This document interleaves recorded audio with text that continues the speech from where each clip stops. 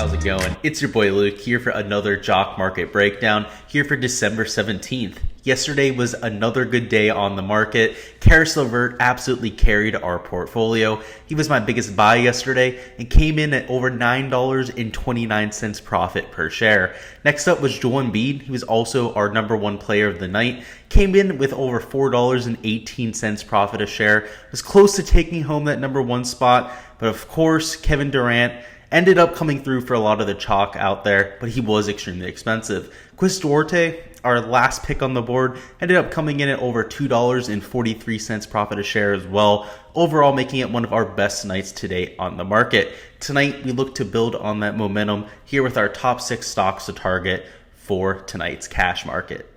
The first guy I've got my eye on tonight is going to be Marcus Smart of the Boston Celtics. He's definitely a boomer bust candidate, but with some of the guys ranked farther down the board, that's exactly what we're looking for. If he ends up busting at his low target price, it is not going to burn our portfolio. On the other hand though, if he goes out there, has a very solid performance, he could very well be one of the biggest gainers on the entire slate. So what to like here is that Marcus Smart is a shooting powered player, somebody who's going to go and chuck up a ton of shots, particularly with Jaylen Brown still a little bit hampered by the injury that he's returning from. This matchup against the Warriors isn't ideal. They are a relatively good defensive team, but if they're stout anywhere, it's inside. They make it extremely difficult to drive on them. They do let you take some three-pointers though, so that does play into Marcus Smart's game. If you can go out there, hit 4 or 5 threes tonight, get a few steals or blocks, that kind of thing, could very well end up a huge gainer on the slate.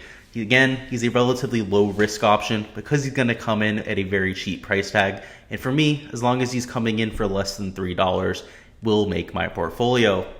Next up, we have PJ Washington of the Charlotte Hornets. He comes in at number 58 in the pre-IPO rankings. I have him closer to 30 in my personal projections.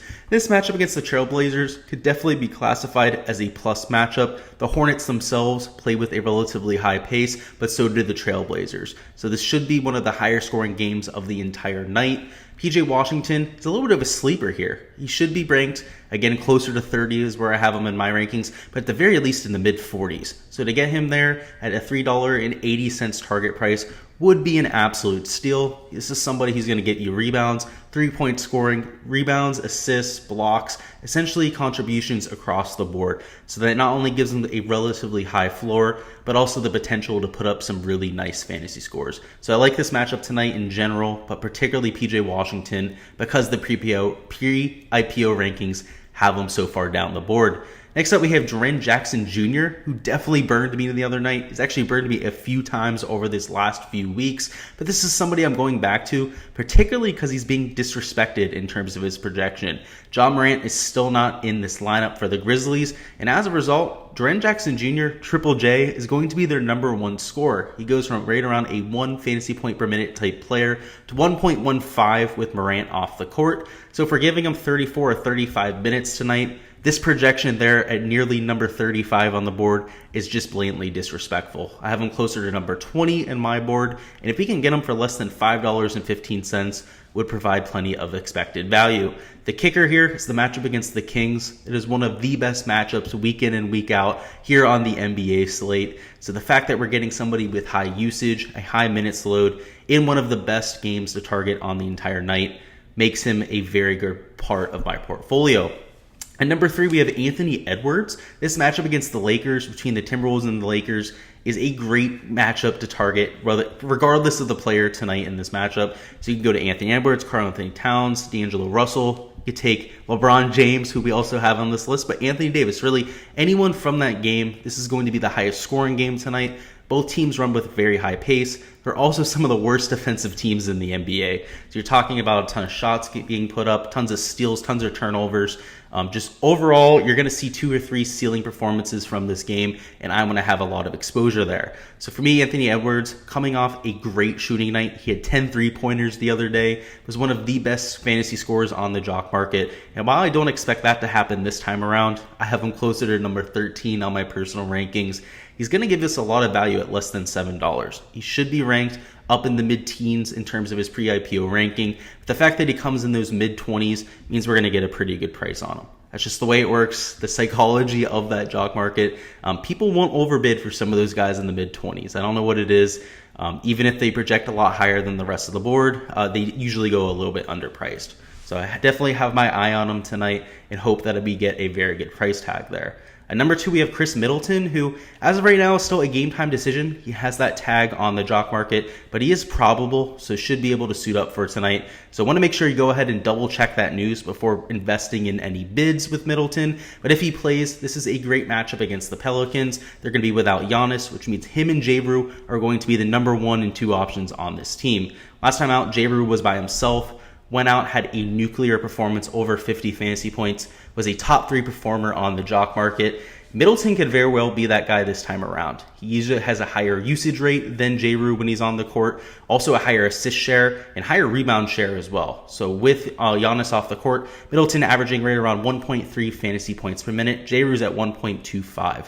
So if I had to choose between the two, I'd definitely go Middleton's route, particularly because he's lower ranked on the pre-IPO rankings than a J-Brew Holiday, and arguably should be ranked higher. I have him as my 7th ranked player on the board, and if we can get him for less than $8.75, is going to give us a ton of value in our portfolio. But at number 1, we've already foreshadowed it. It's going to be LeBron James, and he's not necessarily my favorite player in the NBA, but I definitely think he's in a good circumstance tonight against the Timberwolves. We've already talked about how this is going to be the highest scoring game tonight. We're going to hit a ton of ceiling performances in DFS or here on the jock market as well. If we can get LeBron for less than $16, I love his chances to return value. He's somebody who gives you a relatively high floor. He's going to give you contributions completely across the board. Every single stat category, he's going to stuff them up. He's also in a very solid paced matchup. So he's coming in at number 3 in the pre-IPO rankings. I don't have him as the number 1 player. I have him as number 2. Nikola Jokic is the clear number 1 option here.